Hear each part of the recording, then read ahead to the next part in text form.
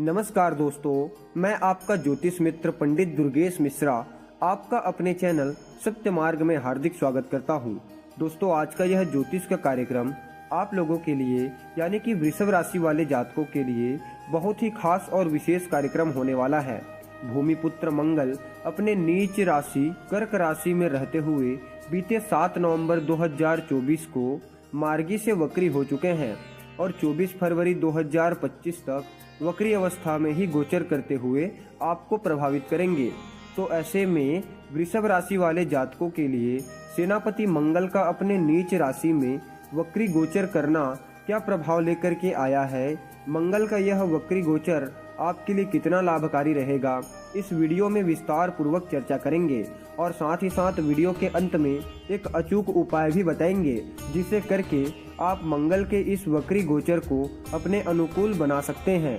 इसीलिए वीडियो में अंत तक जरूर बने रहिए और ध्यान से सुनते रहिए। दोस्तों, यह कार्यक्रम आपके जन्म राशि यानी कि चंद्र राशि पर आधारित है, लेकिन आप अपने जन्म राशि के बारे में नहीं जानते तो आप अपने नाम राशि के अनुसार भी देख सकते हैं। और साथ ही साथ अगर आप अपने जन्म कुंडली पर परामर्श लेना चाहते हैं, अपने जन्म कुंडली का विश्लेषण करवाना चाहते हैं, किसी समस्या का समाधान जानना चाहते हैं, तो वीडियो के अंदर और डिस्क्रिप्शन बॉक्स में आपको हमारा नंबर मिल जाएगा।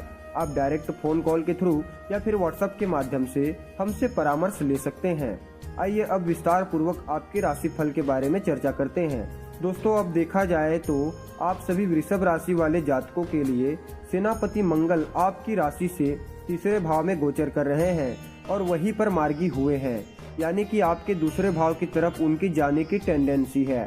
मंगल आपके लिए आपके सप्तम भाव और आपके द्वादश भाव के स्वामी बनते हैं और तीसरे भाव में वक्री चल रहे हैं। जब चर्चा आती है गोचर में सेनापति मंगल की, तो सदैव इनकी चर्चा वृहद रूप से की जाती है, क्योंकि कर्म प्रधान विश्व रचि राखा, यानी जो लोग पराक्रमी हैं, पुरुषार्थी हैं, मेहनत में विश्वास करते हैं, रिस्क लेने से नहीं डरते, हर मुश्किल का डट करके सामना करते हैं, हर मुश्किल के लिए तैयार रहते हैं, तो ऐसे लोगों के लिए मंगल के गोचर को समझना और भी आवश्यक हो जाता है, क्योंकि मंगल अहंकार है, उत्साह, हथियार, वाद विवाद, क्रोध और एनर्जी को रिप्रेजेंट करते हैं।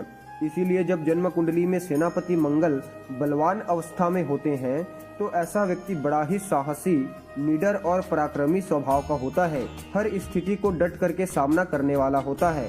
लेकिन इसके विपरीत अगर किसी जातक की कुंडली में सेनापति मंगल कमजोर अवस्था में होते हैं तो जातक को डरपोक प्रवृत्ति का बना देते हैं। ऐसा व्यक्ति हर परिस्थिति से घबरा जाता है। इसीलिए जन्म कुंडली हो या फिर गोचर कुंडली हो, मंगल का बलवान होना अत्यंत आवश्यक हो जाता है। अब गोचर के अनुसार देखा जाए तो सेनापति मंगल का यह वक्री गोचर कई चीजों में अच्छा साबित होगा, क्योंकि जब भी कोई ग्रह उच्च राशि में वक्री होकर के गोचर करता है तो नीच के समान फल प्रदान करता है, और नीच राशि में वक्री होकर के गोचर करता है तो उच्च के समान फल देता है। और मंगल अपनी नीच राशि में है तो आपको उच्च के समान परिणाम प्रदान करेंगे। सबसे पहले इस गोचर काल के दौरान आपके पराक्रम, आपके पुरुषार्थ, आपके इफर्ट्स को बढ़ाएंगे, आपके कम्युनिकेशन स्किल को बहुत हद तक डेवलप करेंगे। आप अपने कार्य क्षेत्र में एकाग्रचित्त होकर के मेहनत करना शुरू कर देंगे। आपके छोटे भाई बहनों के साथ आपका तालमेल पहले की तुलना में बहुत अच्छा हो जाएगा। एक दूसरे के प्रति सहयोग की भावना, प्रेम की भावना बेहतर होगी। साथ ही साथ रिश्तेदारों का और पड़ोसियों का भी आपको विशेष सहयोग प्राप्त होगा। यात्रा की दृष्टिकोण से भी मंगल के इस वक्री गोचर को देखा जाए तो बहुत अच्छा कहा जा सकता है, चाहे आप छोटी यात्रा कर रहे हो या फिर बड़ी यात्रा कर रहे हो। हालांकि आपको थोड़ा सा खाने पीने पर ध्यान रखना पड़ेगा। आपकी मानसिक स्थिति ठीक होगी, स्मरण शक्ति में वृद्धि होगी और आपकी योग्यता का अच्छा परिणाम आपको प्राप्त होगा। संचार के माध्यम से आपको लाभ होगा। डिजिटल क्षेत्रों में, मीडिया के क्षेत्रों में, या फिर जो लोग मेडिकल फील्ड से जुड़े हुए हैं, इंजीनियरिंग के क्षेत्र में काम करते हैं या फिर पब्लिसिटी का कार्य करते हैं, तो उन लोगों को भी मंगल अच्छे लाभ प्रदान करेंगे। हालांकि इस गोचर काल के दौरान गुप्त मामलों में आपको सावधानियां बरतनी होगी। बाकी मंगल का यह वक्री गोचर आपके लिए बहुत अच्छा दिखाई दे रहा है। अगर पैतृक संपत्ति से रिलेटेड कोई समस्या चल रही थी, वाद विवाद की स्थिति बनी हुई थी, तो वह स्थिति काफी हद तक दूर हो जाएगी। आपको अपने नौकर चाकर का भी विशेष सहयोग प्राप्त होगा, चाचा चाची, मामा मामी का भी आपको सहयोग मिलेगा। इसके अलावा जो लोग आपके अंडर काम करते हैं उनका भी आपको सपोर्ट मिलेगा। इस समयावधि में किसी कार्य में रुकावट आ रही थी तो वह रुकावट दूर हो जाएगी।